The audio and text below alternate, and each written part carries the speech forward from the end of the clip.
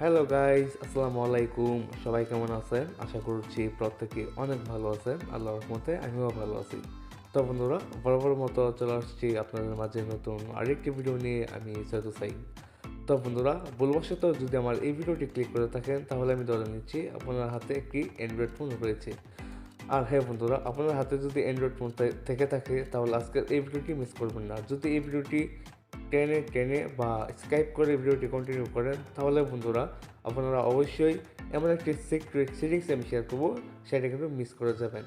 তো বন্ধুরা, যদি আপনি একজন অ্যান্ড্রয়েড ইউজার হয়ে থাকেন তাহলে অবশ্যই আমি রিকোয়েস্ট করবো ভিডিওটি ফুল কন্টিনিউ করুন। তো বন্ধুরা, কথা না বাড়িয়ে চলুন ভিডিওটি শুরু করা যাক।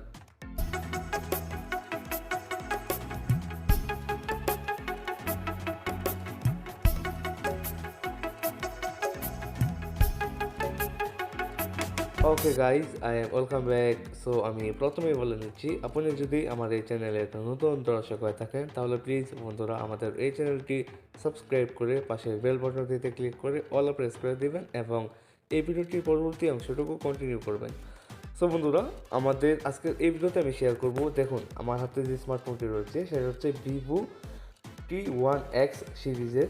তো বন্ধুরা, এই মোবাইলটির নিচে দেখুন তিনটি বার রয়েছে। ওকে, একটা হচ্ছে ব্রেক বাটন, আরেকটি হচ্ছে মিনিমাইজ বাটন, আরেকটি হচ্ছে রিসেন্ট বাটন। ওকে, তিনটি বাটন রয়েছে। তো বন্ধুরা দেখুন, তিনটি বাটন কিন্তু মানে আমার কাছে ভালো লাগছে না। ওকে, সো আপনাদের কাছে কেমন লাগছে সেটা জানি না, অবশ্যই কমেন্ট করে জানিয়ে দেবেন।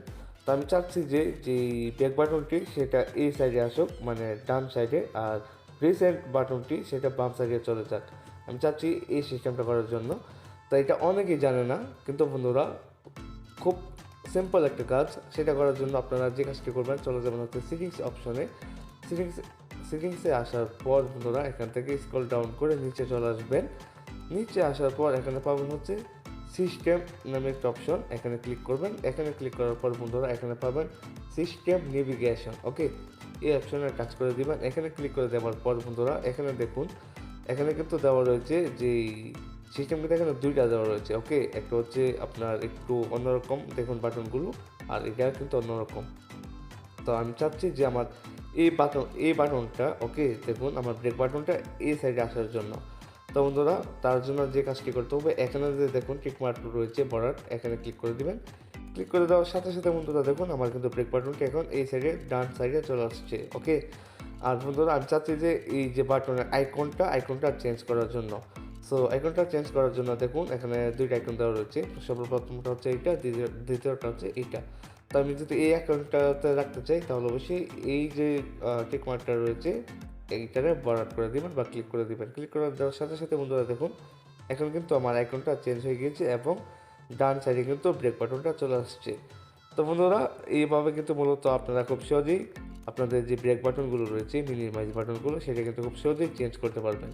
তো বন্ধুরা, আজকের এই ছোট্ট একটা ভিডিও থেকে যদি আপনাদের একটু হলেও উপকার আসে তাহলে বন্ধুরা অবশ্যই একটি লাইক দিতে ভুলবেন না। আর হ্যাঁ বন্ধুরা, আপনাদের এক একটা লাইক আমার কাছে এক একটা ভালোবাসা।